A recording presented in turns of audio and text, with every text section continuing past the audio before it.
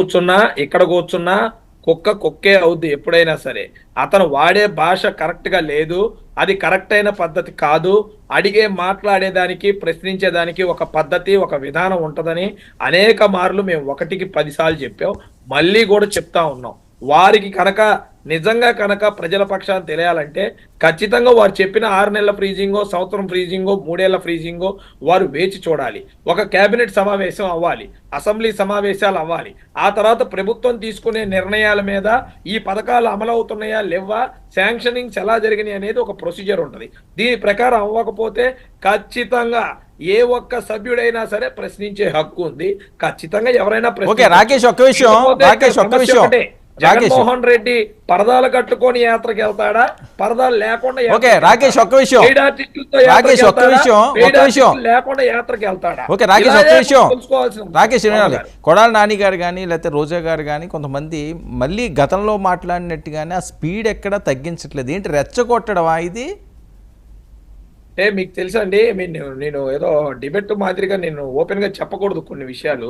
Jaganmohan Reddy press meet కి పంపించేటప్పుడు press note తో పాటు ఒక చిన్న ప్యాకెట్ ఇస్తారంట. అది వాసన చూసి ప్రెస్ మీట్ కి వెళ్ళాలంట. అది చూసిన తర్వాత వాళ్ళు ఈ విధంగా మాట్లాడటం అవుద్ది. ప్రెస్ మీట్ అయిపోయిన తర్వాత సహజంగా అది కొద్దిగా 1 గంటకో 2 గంటలకో నిదానం అవుతారంట. సో ప్రెస్ మీట్ మాట్లాడే వాళ్ళు ఇలా మాట్లాడే ప్రతి ఒక్కళ్ళ మీద టెస్ట్లు చేయాలి. వారి బ్లడ్ టెస్ట్ చేయాలి, వారి బ్లడ్ శాంపిల్స్ తీసుకోవాలి, వారి మీద అసలు ఏ రకమైన వాళ్ళ బాడీలో శాంపిల్స్ అన్ని కూడా తీసుకొని నిజానికి టెస్ట్ చేసి అప్పుడు కానీ వీళ్ళ సంగతి బండారం బయట పెట్టాలని నేను ఖచ్చితంగా కూడా పోలీసులకి ఫిర్యాదు చేయాల్సిన సమయం వచ్చింది. చేస్తానని మరొకసారి చెప్తానున్నాను. ఈ రోజు ఏదో నోరు పారేసుకుంటేనో నోటికి ఇష్టం వచ్చినట్టు మాట్లాడితేనో ఎవరూ మారరు. ఎవరైనా సరే ఏదైనా ప్రశ్నించే హక్కు ఉంది. ఇది ప్రజాస్వామ్యం. ఖచ్చితంగా వారు మాట్లాడచ్చు, ప్రశ్నించవచ్చు. ఒక మాజీ ప్రజాప్రతినిధిగా పర్మినెంట్ మాజీ ప్రజాప్రతినిధిగా ప్రజల చేత చీకొట్టించుకున్న ఒక వ్యక్తిగా తను ఏదైనా మాట్లాడచ్చు. తను చెప్పిన దానికి మేము సమాధానాలు చెప్పాల్సిన సమయం వస్తే ఖచ్చితంగా సమాధానం వస్తాం. కానీ ఆ పద్ధతిలో మాట్లాడితే ఎవరైనా పద్ధతిగా ఉంటది.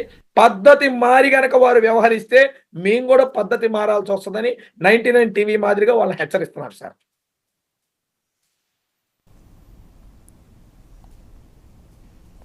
లక్ష్మణి భాష ఇంతేనా మారదా? వర్మ గారు మా భాషలు మా దీని గురించి అంటారు. సరే, కొడాలి నాని గారు మాట్లాడారు, రోజా గారు మాట్లాడారు, అమర్నాథ్ గారు, అంబటి రాంబాబు గారు భాష వీళ్ళు అంటున్నారు. వీళ్ళే ఏంటండి వీళ్ళు మాట్లాడేంటండి?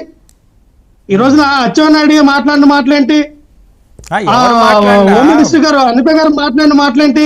వీళ్ళేమన్నా గరికపాటి గారి ప్రవచనాలు చెప్తా ఉన్నారా, లేదంటే సాగంటి కోటేశ్వరరావు గారి యొక్క ప్రవచనాలు చెప్తా ఉన్నారా జనాలకి? వీళ్ళు కూడా ఆపద్ధతే కదా, వీళ్ళు మాట్లాడేది ఆపద్ధతే కదా.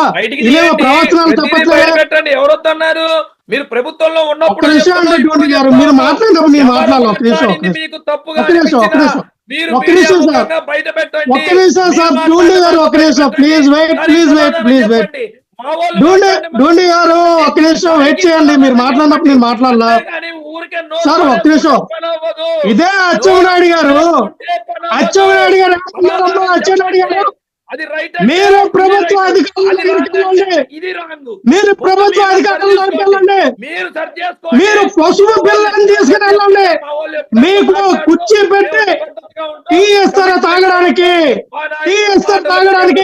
మీ పని ఎవరైనా చేయకపోయినా, ఏ ఎస్ఐ చేయకపోయినా, డిఎస్పీ ఎస్పీ ఎవరు చేయకపోయినా, ఏ అధికారి చేయకపోయినా వాళ్ళకి ఏం చేయాలని చూసుకుంటా ఉన్నారు.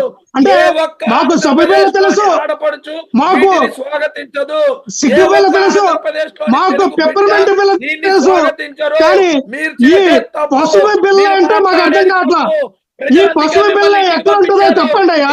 మా వాళ్ళు కొంతమంది అడుగుతూ ఉన్నారు, టీడీపీ కార్యకర్తలు అందరూ అడుగుతా ఉన్నారు, అన్నా నువ్వు టీవీ డిబేట్ లో మాట్లాడతావు కదా, అచ్చెన్నాయుడు అదేమో బిల్ల అమ్ముతారంట, పశువు పిల్ల. ఆ పశువు పిల్ల ఎక్కడ అమ్ముతారో ఒకసారి చెప్పండి అయ్యా.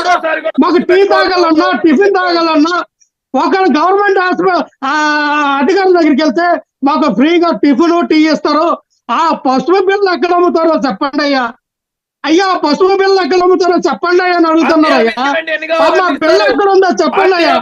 ఆ పిల్ల ఎక్కడ అమ్ముతారో చెప్పండి అయ్యా. పిల్ల దగ్గర బిల్ల పశువు పిల్ల, సభ పిల్ల కాదు, బిల్ల ఏం మాట్లాడతారు మీరు? ఈ రోజున ఏం మాట్లాడారు మీరు? ఏం మాట్లాడారండి? అయ్యన్న పాత్రుడు ఏం మాట్లాడాడు? అరే మీ అమ్మ మొగుడుదా డబ్బులు, మీ అమ్మ మొగుడుదా డబ్బులు ఎక్కడి నుంచి తీసుకొస్తారు? అరే ఇంకా నువ్వు అధికారంలో చేసాక కానీ మున్సిపాలిటీ అధికారులు ఏమన్నా మీ అమ్మ మొగుడు ఇస్తాడా డబ్బులు? రాకేష్ ఒక్క నిమిషం అతను మాట్లాడినప్పుడు మీరు మాట్లాడినప్పుడు అతను మాట్లాడలేదు కదా. రాకేష్ ఒక్క నిమిషం, మీరు మాట్లాడినప్పుడు ఆయన మాట్లాడలేదు కదా, ఆయన మాట్లాడినవ్వండి. ముగ్గురు ఆయన మీద పడితే ఇంకా ఆయన ఏం మాట్లాడతాడు? ఒక్క నిమిషం ఉండండి, ఆయన వెర్షన్ ఆయన చెప్పుకోవాలి కదా. వర్మ గారు, ఇదే అయ్యన్న పాత్ర గారు, అసలు గవర్నమెంట్ ఉద్యోగస్తులందరూ మా వైపు ఉన్నారు, మాకే వేశారు 4 లక్షల ఓట్లు అన్నారు చెప్పుకున్నారు. ఓకే, మంచిదే, నమస్కారం.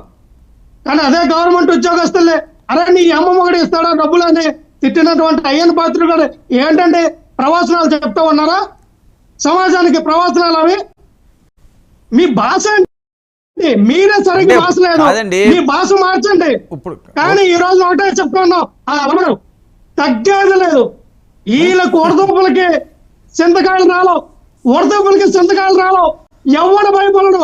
మీరేం చేసిన ప్రజల కోసం, ప్రజల తరపున ప్రజా గొంతుకే వినిపించడానికి వైఎస్ఆర్ పార్టీ నుంచి నాయకులు కానీ, కొడాల నాని గారు కానీ, అమర్నాథ్ గారు కానీ, రోజా గారు కానీ, మేము కానీ అందరూ సిద్ధంగా ఉన్నాం.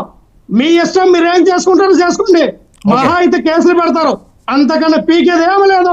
ఒకటి మాత్రం గుర్తుపెట్టుకోండి, మీ ఉడతూపులకి తాటేక చప్పులకి భయపడే నాయకులం అయితే మేము అసలు కాదు, గుర్తుపెట్టుకోండి. ఓకే, బాలకోటి గారు, కొడాలి గారు, నాని గారు బయట వినిపించారు, మీరు మిస్ అయినట్టున్నారు. అరిచే కుక్క మొరగదంట, గుర్తుంది కదా, మొరిగే కుక్క పని చేయదంట. ఓకే, మాట్లాడు రాకేష్. ఒక్క నిమిషం ఆయన మాట్లాడండి. బాలకోటి గారు, కుక్కలు ఎవరో తెలుసు, నక్కలు ఎవరో తెలుసు ప్రజలకి. ఓకే, బాలకోటి గారు.